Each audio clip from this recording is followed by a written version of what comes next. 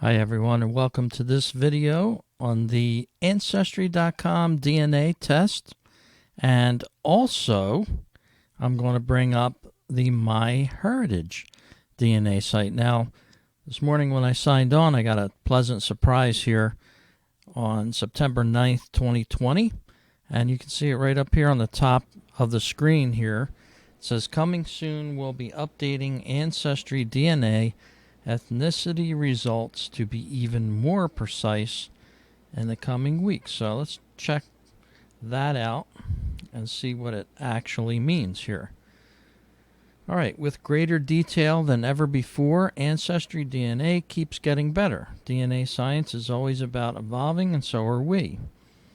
That's why we're proud to announce our latest ethnicity estimate. Pretty cool here. It looks our most precise breakdown yet. In each update, we continue to add new regions, making your results even more precise. And that's what's new. See what's new, rather, using the interactive map below. And as we can see, here's an interactive map. You're going to be able to click and find out more about where people have tested very similar to the way your DNA is. And very cool. It seems like Ancestry is doing this probably, it's averaging out to about once a year that they're having a major update on the DNA results, which is awesome.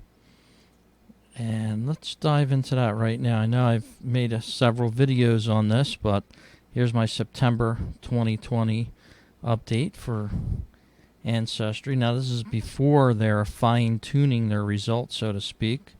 And the last time I got some updated results of, my Ireland and Scotland, as you can see here, 80%, 17% England, Wales, and Northwestern Europe. And one other region, which Sweden, 3%. So that was as of the last estimate. And as I was saying in a previous video, I did some research on relatives from the 1600s that left from Sweden in a boat.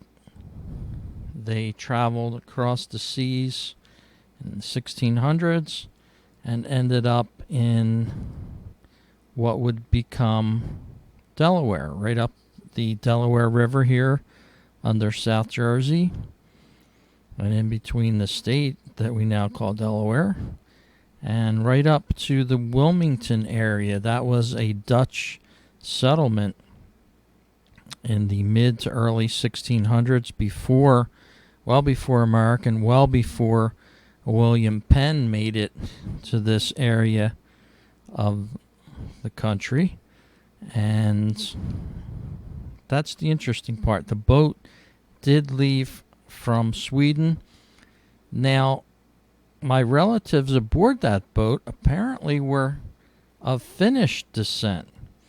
And even though the boat came out of Sweden, and I may have Sweden type relatives in my DNA, I popped over to MyHeritage website the other day, which, as you see on the screen, has great security. It's advising me to sign in on a 2 authenticated coverage here, which I like.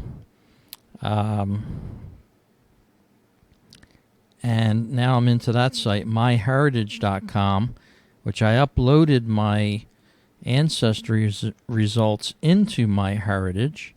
And let's go over to the ethnicity estimate in that company. It's very close to what I have on Ancestry, but they interpret it differently because they have a lot more European tests that they've done. And here's what they come up with on me. North and West Europe, they're calling 98%. So this area, 91, this area, they're calling Finnish. And that's the interesting thing to me. Finland would encompass even this area of Sweden as well. And the interesting part is, I think my relatives, even though they had moved to Sweden, were actually from Finland originally. So it looks like MyHeritage has some good results that come back to it. And they're calling it 6.3%, so a little higher than what the test over at Ancestry resulted in. Okay, here's the Irish and English part of my ancestry, and note they're not quite as good excuse me, as Ancestry, yet in the sense that they're not narrowing down the individual counties like is shown here in the Ancestry results, Ancestry.com. They've done extensive testing as well over in the Ireland and Northern Ireland area. And now they've gotten so many tests back that they can actually tell you which counties, and in some cases towns, your best matches are. And in my case, Roscommon and Northern Roscommon. And I believe Strokestown here is where my great-great-grandmother was born. So great kudos to Ancestry.com for that. And that's why I say each company has its own goodness about it, so to speak. And even though it's slightly different, one company's picking up something that another couldn't, and you're the winner. You're becoming the person that's getting the best of both worlds, so to speak. And here's some featured matches that are related to me that are also from this area of Ireland. These people here. So they happen to be fourth cousins and probably related to, an area or a time frame that, goes way, way back in time in Ireland here, when a lot of people were leaving this country because they couldn't get food. The famous potato famine, as told about right here, the Great Famine of 1825 to 1850. Read a little bit about it for you. Here says the Irish potato famine. From the poor, life went from difficult to impossible. In County Leitrim, weavers lost jobs due to mechanization and the linen industry, similar to what was happening in America with cotton had been grown in the fields. It was picked and processed a lot by hand. Slowly but surely over time, that became unnecessary due to different machinery that was being developed at the time. So folks that used to do that were now not required to do that anymore. There was not a real job for them.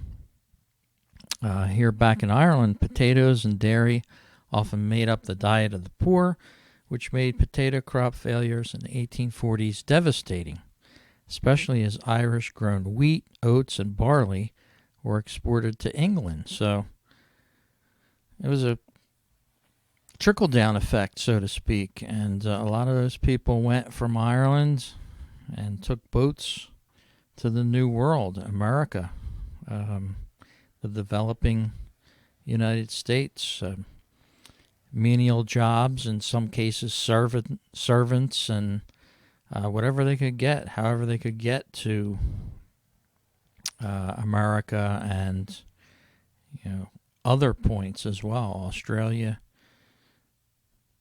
wherever there was food and opportunity, so to speak, they had to leave their land. So interesting education as well that you get with this Ancestry offering. Let's pop back to MyHeritage for a second. Now, you can see not a whole lot of things to read on here, similar to Ancestry, but there's something that you can play. Let's see what it says. Ready to explore your ethnicity? Yeah, I guess so. Let's go.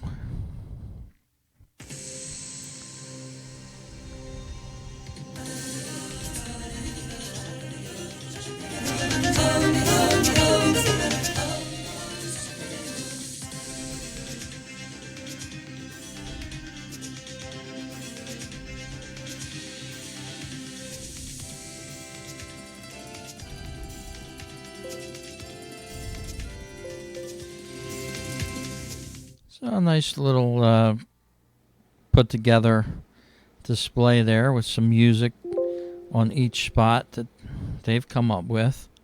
Interesting, 2% Italian. Now, in no other spot does that read 2% Italian. So it's got my interest up. Maybe real old DNA, going back several hundred years.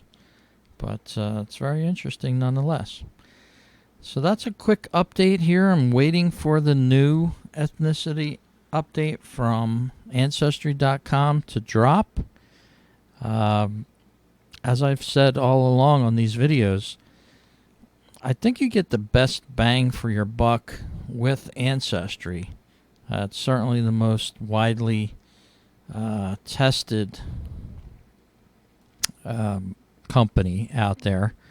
And in the next coming weeks, that'll be rolling out to people here on the Ancestry portion, DNA results of Ancestry.com. So very cool. I can't wait to see how this changes.